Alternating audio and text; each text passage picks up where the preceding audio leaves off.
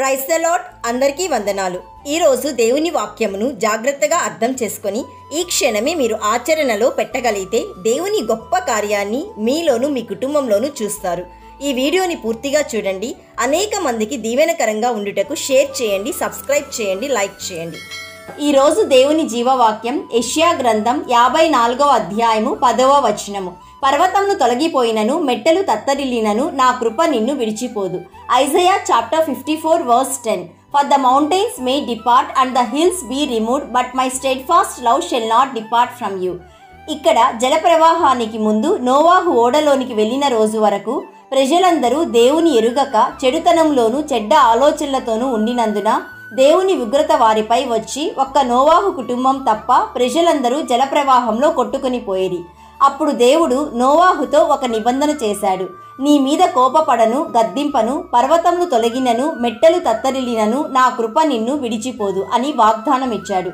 ప్రియ సహోదరి సహోదరుడా, నీ ఇంటిలోని ఆర్థిక పరిస్థితులు చూసి దేవుడు నిన్ను శిక్షిస్తున్నాడు అని అనుకుంటున్నావా? నీ జీవితంలో వచ్చే ఆందోళనలు, కలవరాలు చూసి దేవుడు నిన్ను విడిచిపెట్టాడు అని అనుకుంటున్నావా? ఉద్యోగం లేదని కలవరపడుతున్నావా? వ్యాపారంలో నష్టపోతున్నావా? ఈ పెరగబోతుందో అని భయపడుతున్నావా? ఈరోజు సర్వశక్తి గల దేవుడు నీతో చెప్పేది, నీవు భయపడవద్దు. పర్వతాలు తొలగినను మెట్టెలు తత్తరిల్లినను నిశ్చయంగా తన శాశ్వత కృప నిన్ను విడిచిపోదు అని యేసయ్య వాగ్దానం ఇస్తున్నాడు.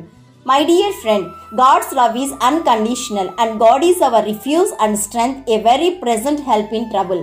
కాబట్టి ప్రియ సహోదరి సహోదరుడా, నీ దుఃఖములోను, నీ ఆందోళనలోను, నీ కలవరంలోను, నీ శ్రమలోను నీవు ధైర్యముగా ఉండు. యేసయ్య యొక్క శాశ్వతమైన కృప నిన్ను విడిచిపోదు. ఈ వాగ్దానం నీ జీవితంలో నెరవేరాలని మేము ప్రార్థిస్తున్నాము. యేసయ్య, ఈరోజు మాకిచ్చిన జీవవాక్యమును బట్టి నిన్ను స్తుతిస్తున్నాము. తండ్రి, నిస్సహాయ స్థితిలోను పాపంలోనూ ఉన్న మమ్ముల్ని నీ శాశ్వతమైన కృపచేత రక్షించావు.